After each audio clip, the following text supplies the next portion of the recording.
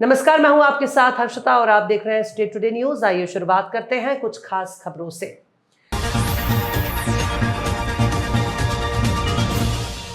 जबलपुर दुर्घटनाओं से जुड़े हुए मामले में संपूर्ण मध्य प्रदेश में दुर्घटनाओं से जुड़े मामले में ब्लैक स्पॉट पर चिन्हित तीसरे पायदान पर है।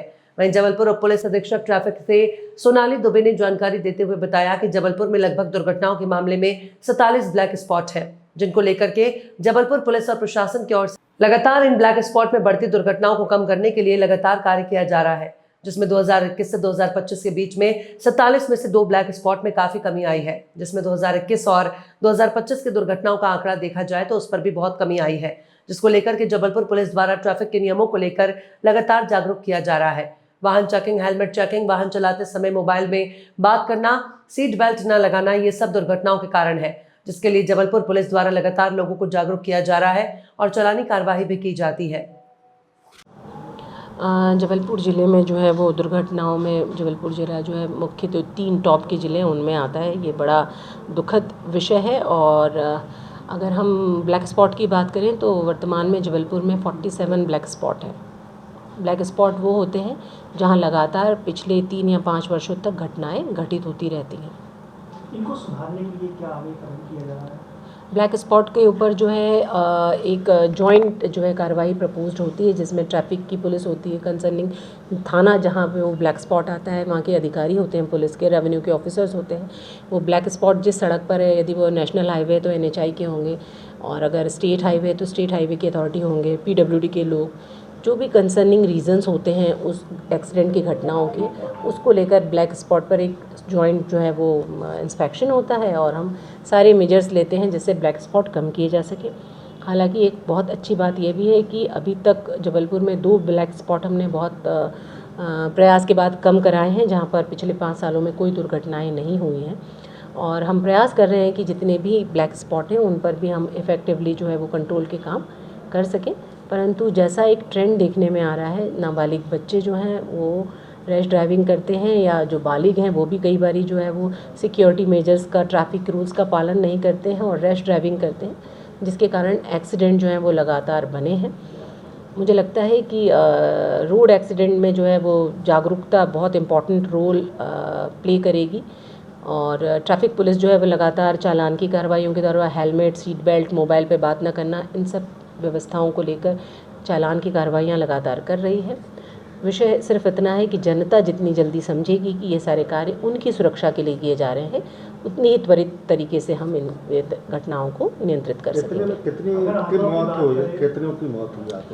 आंकड़ों पर अगर हम बात करेंगे तो जो आंकड़े हमारे बता रहे हैं 2022 की तुलना में 2025 में जो है वो 2022 का जो 1149 जो है दुर्घटनाएं हुई थी, उसकी तुलना में 1000 दुर्घटनाएं जो हैं वो इस साल में हुई हैं। तो उसको तुलना देखा जाए तो जैसा मैं बोल रही हूँ 47 ब्लैक स्पॉट से हमने काफ़ी कमी लाई है, परंतु 1000 भी बहुत बड़ा आंकड़ा है। हमारा प्रयास है कि एक भी दुर्घटना करने से हम रोक सकें। ये माना जाए कि मध्य प्रदेश के जबलपुर जो है ब्लैक स्पॉट के नाम पर नंबर 1 है। अब एक्चुअली जब तक कंपैरेटिवली स्टडी नहीं होगी ये कहना मुश्किल है, लेकिन मुझे ये कंफर्म पता है कि टॉप 3 डिस्ट्रिक्ट्स में हम जबलपुर भी घटनाओं को लेकर जो है वो आ रहा है। रतलाम विश्व पर्यावरण दिवस के एक दिन पूर्व ग्राम पंचायत कंचनखेड़ी में रतलाम के वन मंडल अधिकारी नरेश कुमार दोहरे द्वारा कनेरी जलाशय के निर्माण में प्रभावित वन क्षेत्र की क्षतिपूर्ति वनीकरण योजना अंतर्गत किए गए वृक्षारोपण का भ्रमण किया गया। चर्चा के दौरान वन मंडल अधिकारी महोदय द्वारा बताया गया कि अंचल के ग्राम कंचनखेड़ी में वर्ष 2019 में वन विभाग द्वारा राजस्व से प्राप्त 13.526 हेक्टेयर बंजर भूमि पर वन विभाग द्वारा 20,800 पौधों का रोपण किया गया और वर्तमान में यहाँ 90% से अधिक पेड़ पौधों का आकार ले रहे हैं और सफल वृक्षारोपण का उदाहरण है। पौधारोपण आज की बदलती जलवायु को रोकने के लिए अत्यंत ही आवश्यक है और मिशन लाइफ कार्यक्रम के अंतर्गत ज्यादा से ज्यादा पौधारोपण करने की अपील इस भ्रमण के दौरान वन विभाग के उप वन मंडल अधिकारी रतलाम सीताराम नरगेस, वन परिक्षेत्र अधिकारी सेलाना राधेश्याम जोशी, परिक्षेत्र सहायक व्रत जावरा कमल सिंह देवड़ा, बीट प्रभारी जावरा हरिश्चंद्र भट्ट और सुरक्षा श्रमिक नागेश्वर पाटीदार उपस्थित रहे।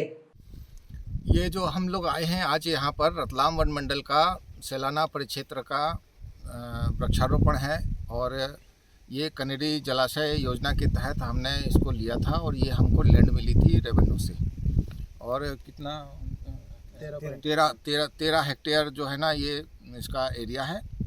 और इसमें पौधारोपण किया गया था 20,800 पौधों का। और जो वृक्षारोपण किया गया था ये जो है ना हमारी जो कैंपा योजना है उसके तहत लिया गया था, सेंट्रल गवर्नमेंट की योजना है।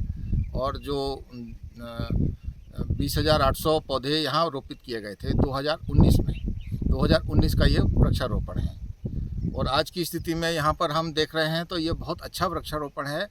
पहले जो थे यहाँ पर पूरा खेत था, कुछ भी नहीं था।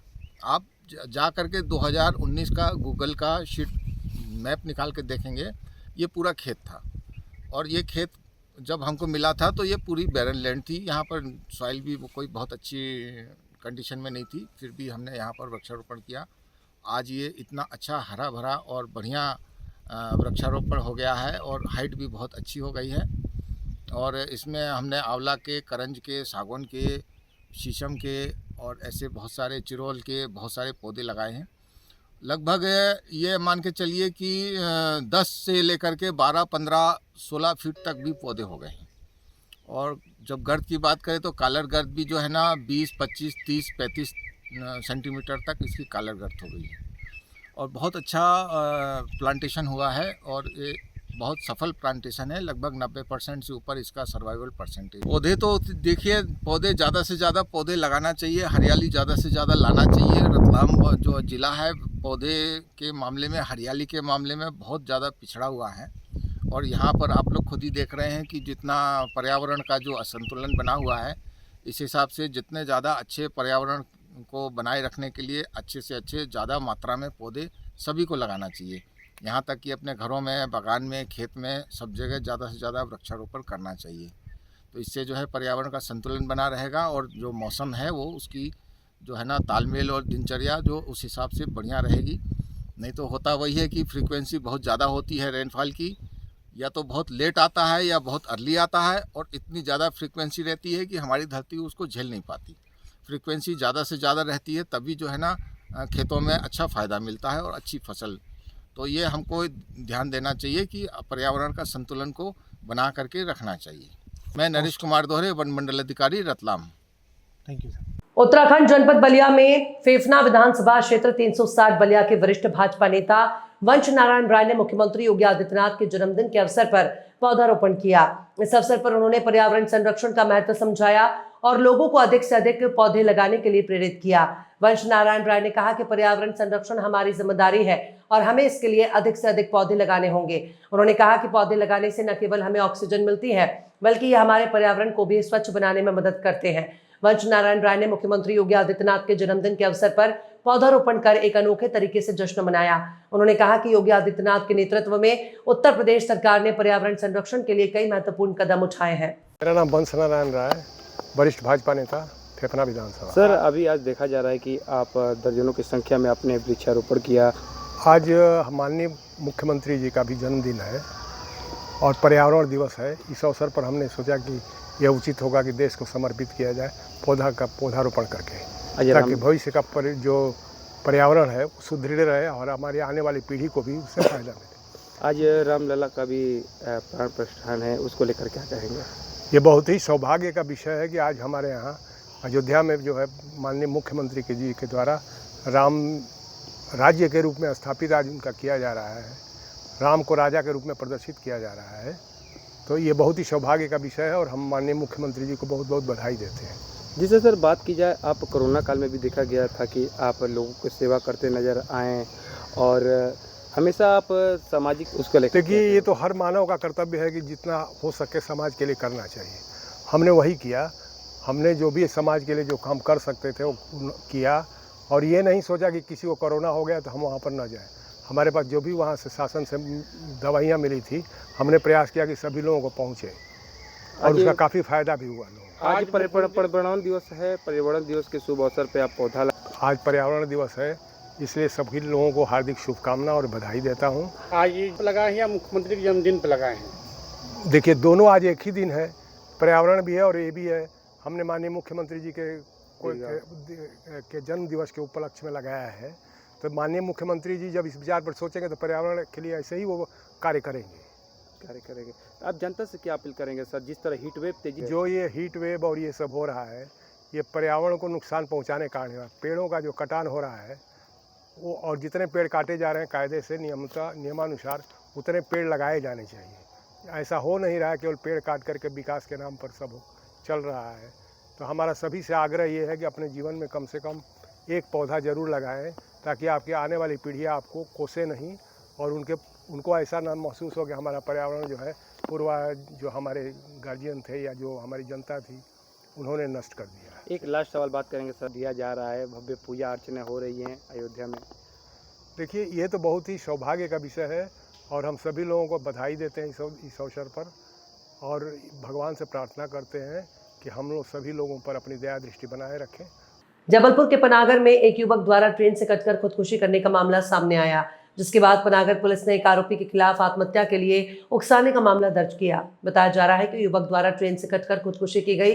देव कुमार नाम के युवक द्वारा 16 मार्च को आत्महत्या कर ली गई, जिसके बाद एक वीडियो भी वायरल हुआ जिसमें युवक का कुछ लोगों से विवाद हो रहा था। मामले में पुलिस ने कौशल वंशकार के खिलाफ मामला पंजीबद्ध किया है और उसकी तलाश शुरू की है।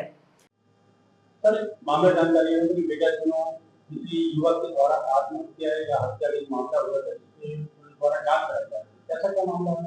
देव कुमार वंशकार निवासी पनागर ने 16/3 को ट्रेन की टक्कर से आत्महत्या कर ट्रेन से टकराकर आत्महत्या कर ली थी, जिसकी मर्ग क्रमांक 35/25 कायम किया गया था।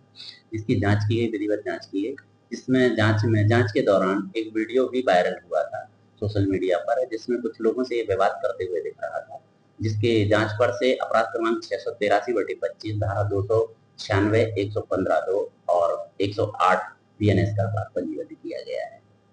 सर, इसलिए किसके ऊपर अपराध दर्ज हुआ, वहां पे रहने वाला था? आरोपी कौशल वंशकार है, वो भी पनागर का ही रहने वाला है।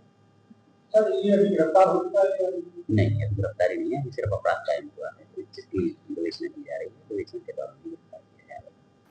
बलिया के वरिष्ठ भाजपा नेता सुनील मिश्रा ने मुख्यमंत्री योगी आदित्यनाथ के जन्मदिन पर केक काटकर जश्न मनाया। इस अवसर पर उन्होंने योगी आदित्यनाथ के नेतृत्व और उनकी उपलब्धियों की प्रशंसा की।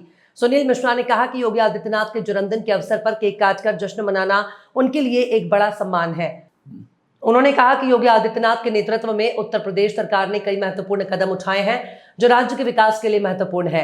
सुनील मिश्रा ने अयोध्या में रामलला प्राण प्रतिष्ठा पर कहा कि ये एक ऐतिहासिक क्षण है जो हिंदू समुदाय के लिए बहुत महत्वपूर्ण है। उन्होंने कहा कि रामलला प्राण प्रतिष्ठा के बाद अयोध्या का महत्व और बढ़ जाएगा और ये एक महत्वपूर्ण तीर्थ स्थल बन जाएगा। मंत्री योगी जी का जन्मदिन है, इस पर हम लोग केक काटकर खुशी मना रहे हैं और उनके बेहतर स्वास्थ्य की कामना कर रहे हैं। किस तरीके से उनके नेतृत्व में यूपी का किस तरीके से कार्य हो रहा है? माननीय मुख्यमंत्री योगी जी के नेतृत्व में उत्तर प्रदेश का बेहतर विकास हो रहा है। आज रामलला का जन्मदिन है, कितने उल्लास से आप लोग आज जन्मदिन मना रहे हैं, कितनी खुशी है आज हम लोग बहुत खुशी से जन्मदिन मना रहे हैं और माननीय मुख्यमंत्री योगी जी का बेहतर स्वास्थ्य के कामना कर रहे हैं हम लोग। आज रामलला का भी प्राण प्रतिष्ठान जो है बाल रूप खत्म हुआ आज, और राजा राम के रूप में आज पूजा अर्चना हुआ, उसके लिए क्या कहेंगे? आज भी हम लोग बहुत उस रामलला का जो प्राण प्रतिष्ठा का कार्यक्रम है उससे भी हम लोग बहुत खुश हैं और खुशी मना रहे हैं। पर्यावरण दिवस को लेकर क्या कहेंगे सर? पर्यावरण दिवस में यही कहेंगे कि प्लास्टिक का उपयोग न करें कोई और साफ सफाई रखें। खास खबरों में फिलहाल इतना ही। और भी तमाम देश प्रदेश की खबरों के लिए आप देखते रहिए स्टेट टुडे न्यूज़।